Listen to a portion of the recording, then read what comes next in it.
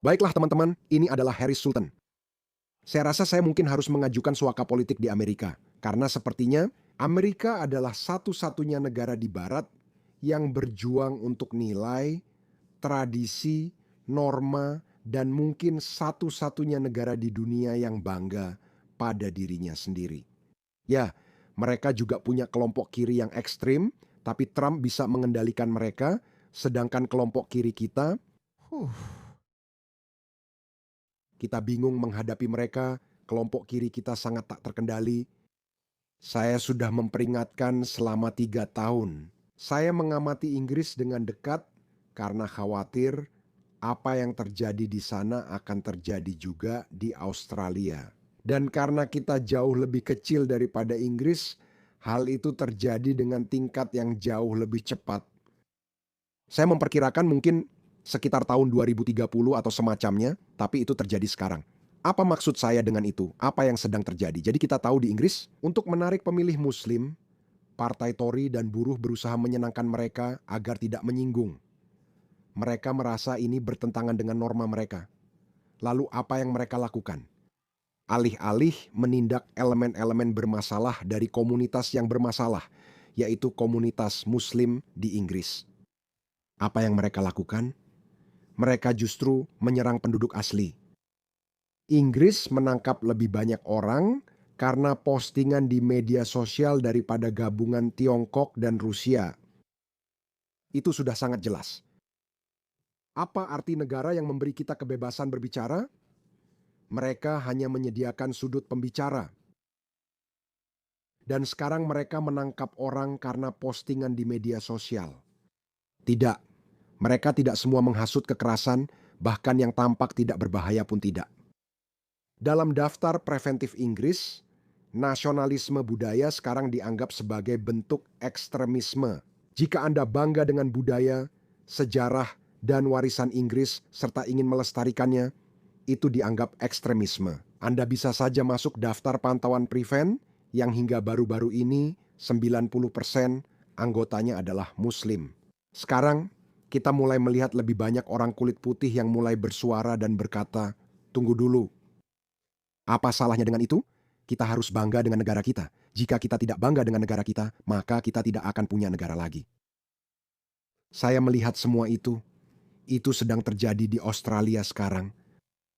Apa yang saya bicarakan, saya bisa saja masuk penjara hingga 5 tahun hanya karena membuat video seperti yang sudah saya buat selama 8 tahun terakhir.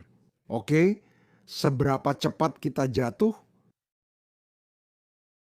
Saya tidak pernah menikam siapapun, saya tidak pernah memperkosa siapapun, saya tidak pernah melakukan penipuan, saya tidak pernah menyakiti siapapun. Tapi saya bisa saja masuk penjara selama 5 tahun hanya karena menyampaikan keyakinan dan cinta saya pada Australia. Oke, jadi saya tidak akan melarikan diri, saya tidak akan mengajukan suaka politik, saya pikir saya akan tetap di sini. Saya pikir saya akan berjuang dan datanglah tangkap saya, masukkan saya ke penjara kalau memang harus begitu. Tapi saya mungkin akan membutuhkan dukungan kalian. Karena apa yang mereka lakukan terhadap orang-orang seperti saya di Inggris adalah menenggelamkan kami dengan kasus hukum, membuat kami bangkrut. Jadi kami tidak punya uang lagi, atau bahkan uang yang berhasil kami kumpulkan habis untuk biaya hukum, dan pada akhirnya kami menyerah. Itulah yang menjadi modus operandi mereka di Inggris. Hal serupa akan terjadi di sini karena mereka memperkenalkan undang-undang ujaran kebencian. Saya akan membahas poin-poin utama dari rancangan undang-undang itu yang sedang didiskusikan sekarang pada hari Selasa di kedua majelis parlemen kita, yaitu Dewan Perwakilan Rakyat dan Senat. Kita mulai dari sini. Inilah yang dikatakan Anthony Albanese. Kami memperkenalkan undang-undang baru untuk melawan antisemitisme dan memperkuat keamanan nasional. Tentu saja, saya tak bisa menggambarkan tipu dayanya. Dia mengajukan rancangan undang-undang untuk memerangi antisemitisme, sementara di tempat lain disebut juga untuk melawan antisemitisme dan homofobia. Sebenarnya, itu bukan keduanya. Saya akan buktikan satu persatu. Sabar dulu, lihat ini. The Australian memposting ini. Hukum pidato kebencian yang panjang juga menargetkan Islamofobia, tetapi Anthony Albanese tidak menyebutnya sama sekali. Dia tidak menyebutkan karena dia tahu betul, tunggu sebentar, itu tidak masuk akal. Seorang Islamis membunuh 15 non-Muslim dan semuanya tentang Islamofobia. Orang tidak mati karena Islamofobia, namun bukan berarti orang boleh dibunuh karena keyakinan agama. Namun, itu bukan masalah di sini. Anda sebaiknya mengajukan rancangan undang-undang untuk menangani Islamisme, karena itu ideologi paling keji dan penuh kekerasan saat ini.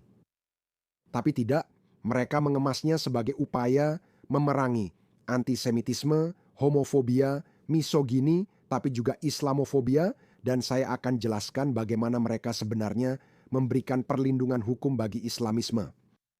Partai Buruh, anggota Parlemen Muslim senior dan Menteri Kabinet An Ali, menyatakan pemerintah siap mengkriminalisasi kebencian seperti Islamofobia dan homofobia.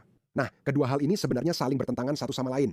Oke, Islam itu homofobik, jadi kalau kamu membicarakan sifat homofobik dalam Islam, apakah itu disebut Islamofobia? Setelah undang-undang antisemitisme disahkan, lihat ini. Ini adalah bagian krusial dari rancangan undang-undang ujaran kebencian.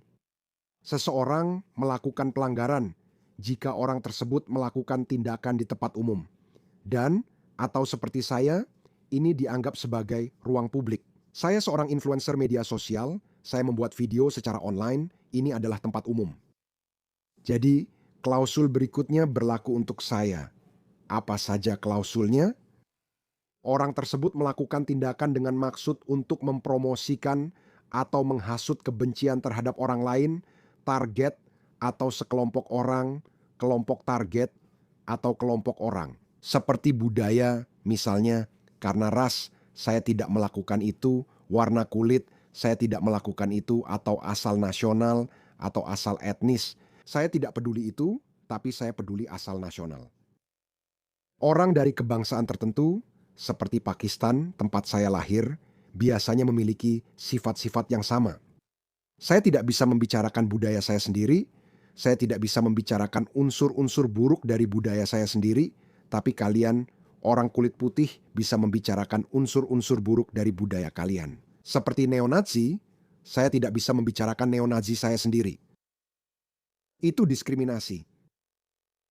Ada budaya tertentu di mana mutilasi genital perempuan adalah hal yang normal, seperti di beberapa budaya Afrika.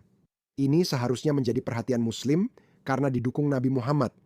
Namun sebagian besar negara Muslim tidak melaksanakannya. Beberapa negara Afrika melakukannya dan ada beberapa orang Somalia dan Sudan di Australia. Bolehkah saya tidak membahas penyalahgunaan bernama mutilasi genital perempuan?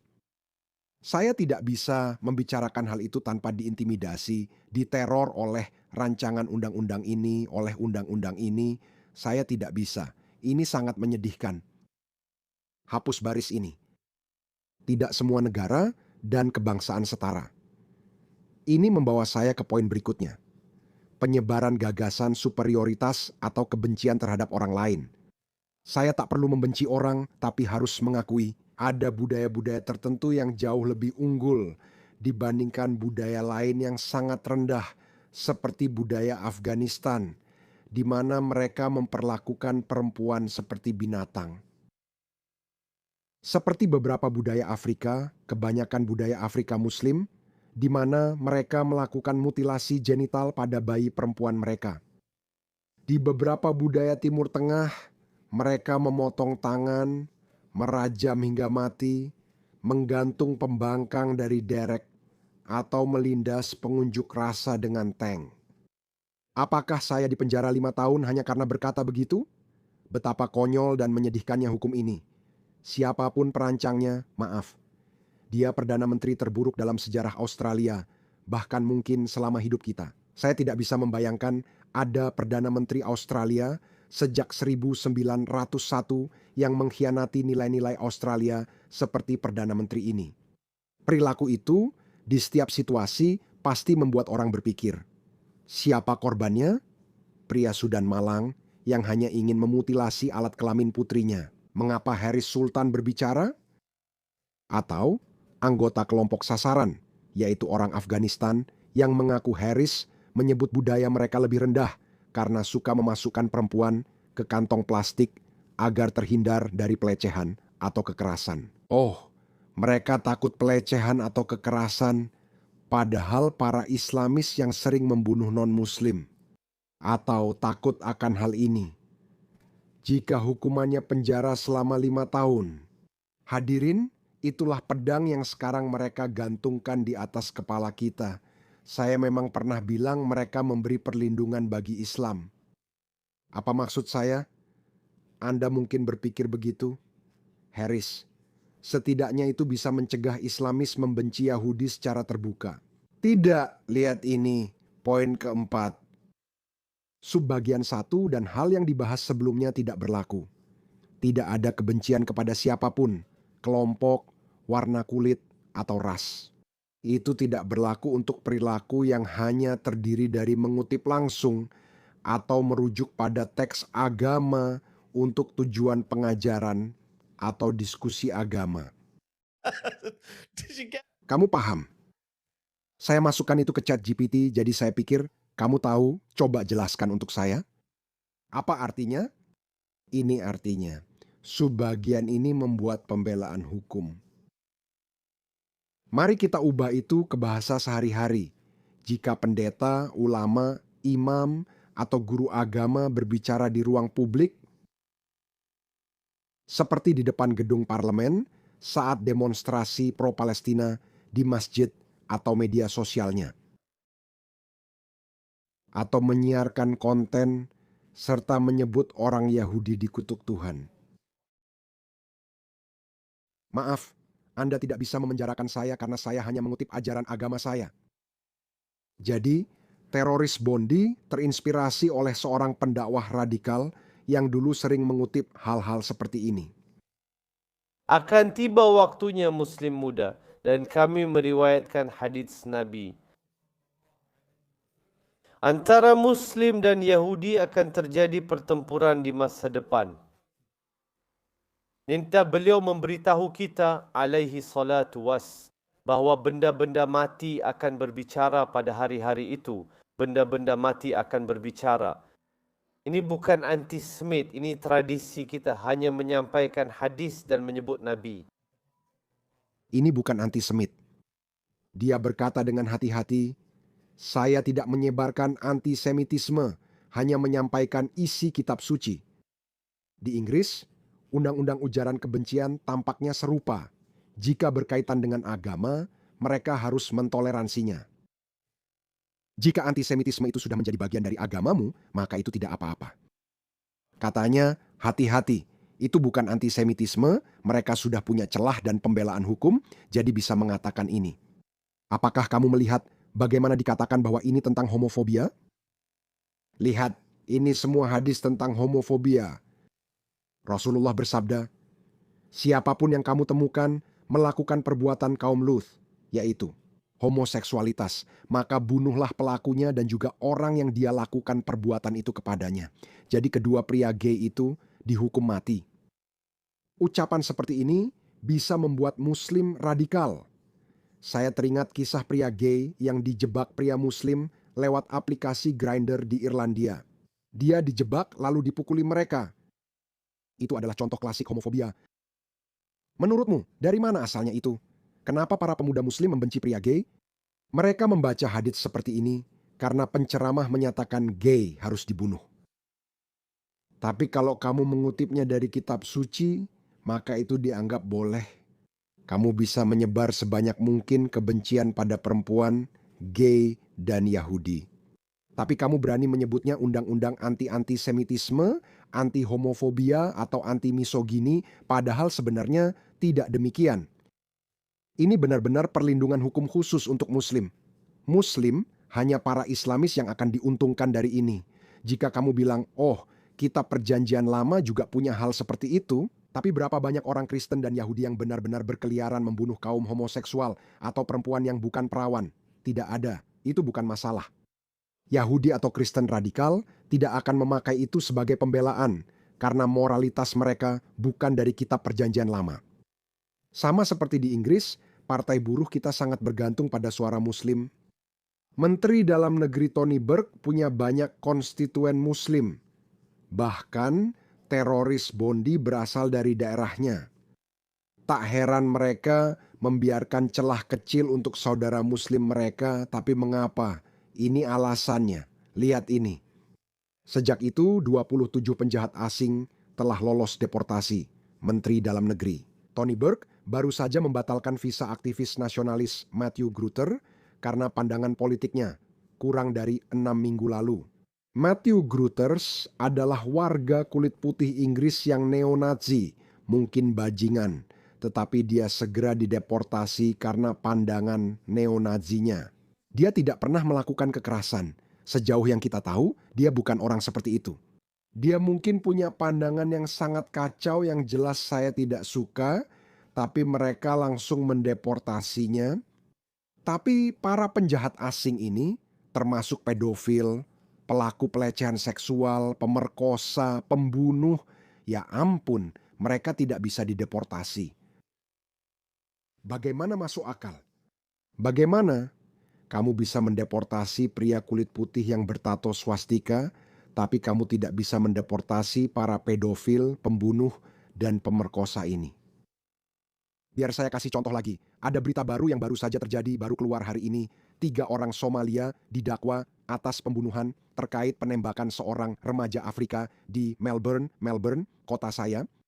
Setiap tahun kami selalu menang penghargaan kota paling layak huni. Sekarang kota ini berubah jadi tempat kumuh. Maaf, tempatnya sudah kumuh. Boleh saya sebut ini masalah Somalia? Bolehkah saya bilang begitu? Saya tidak tahu. Mungkin saya akan masuk penjara, saya tidak tahu. Kita lihat saja, silakan tangkap saya. Saya kira begitu, tapi masih ada harapan. Saya juga sudah diprediksi bahwa sama seperti di Inggris, Prancis, Jerman, dan hampir di seluruh Eropa, kita juga akan mengalami kenaikan. Di partai politik sayap kanan, saya sudah bilang bahwa Pauline Hanson akan menjadi partai politik terbesar. Baru sebulan yang lalu, bahkan orang-orang di Sky News masih memperdebatkan apakah Pauline Hanson akan menjadi partai politik terbesar di Australia atau tidak. Dan mereka bilang, saya di AHRI, dan saya bilang, tidak mungkin. Ini bukan kebetulan. Partai Marine Le Pen di Prancis, Alternative für Deutschland di Jerman, dan Reform dengan sangat cepat naik ke posisi nomor 1 atau setidaknya mendekati. Banyak perburuan penyihir terhadap politisi Alternative für Deutschland dan partai Marine Le Pen, namun pandangan mereka tetap tak terhenti.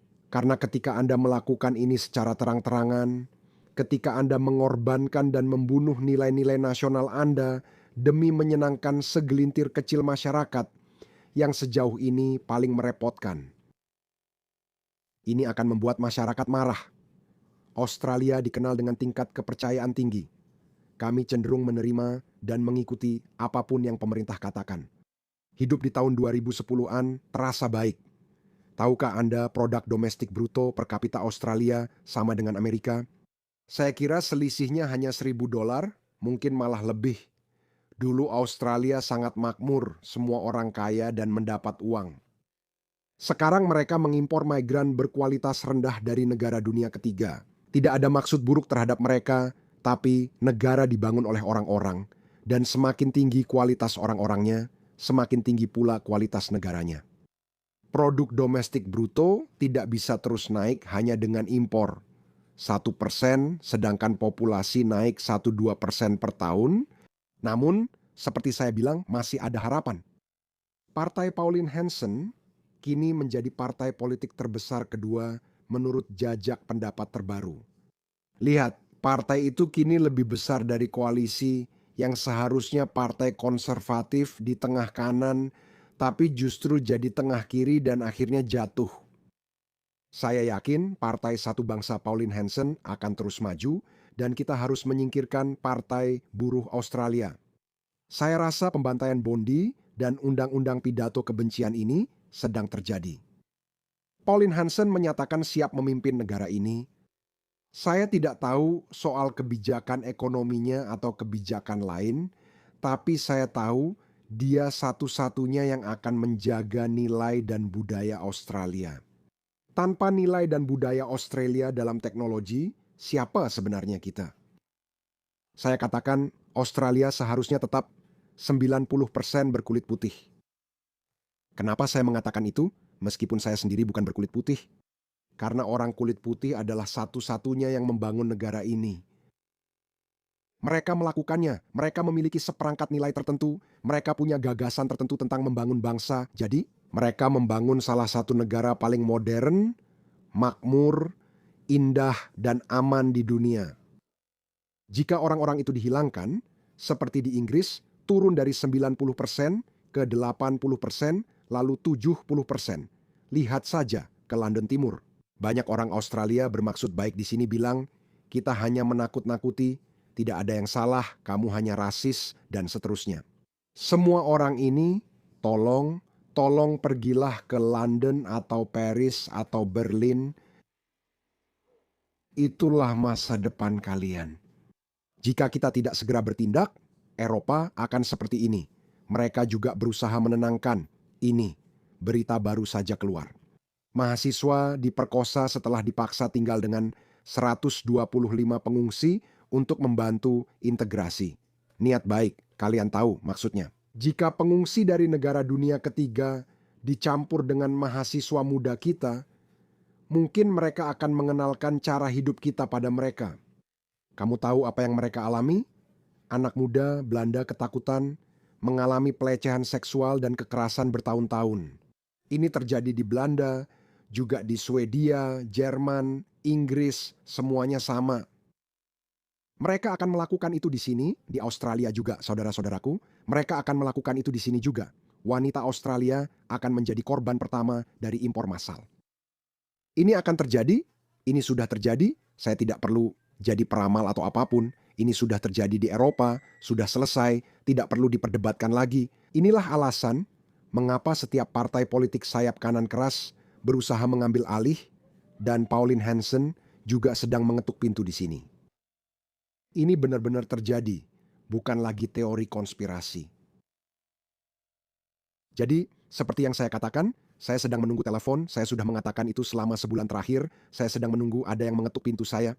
Mereka akan terus mencoba berulang kali, yang mungkin merupakan hal baik karena itu memberi kita kesempatan untuk terus membicarakan hal ini berulang kali. Dan semoga semakin banyak orang Australia yang memahami apa yang saya katakan atau yang dikatakan oleh orang-orang seperti kita. Kita tidak bisa berkompromi dengan budaya Australia. Kita tidak bisa meminta maaf atas rancangan undang-undang ini. Seperti yang saya sampaikan, Anda tak bisa lagi merasa lebih unggul. Mengapa kita tak bisa bangga dengan negara unggul ini? Australia adalah negara yang unggul, negara dunia pertama, karena suatu alasan. Ada alasan kenapa setiap orang dari negara dunia ketiga datang ke Australia, karena negara ini unggul dan Anda tidak bisa mengkriminalisasi hal ini.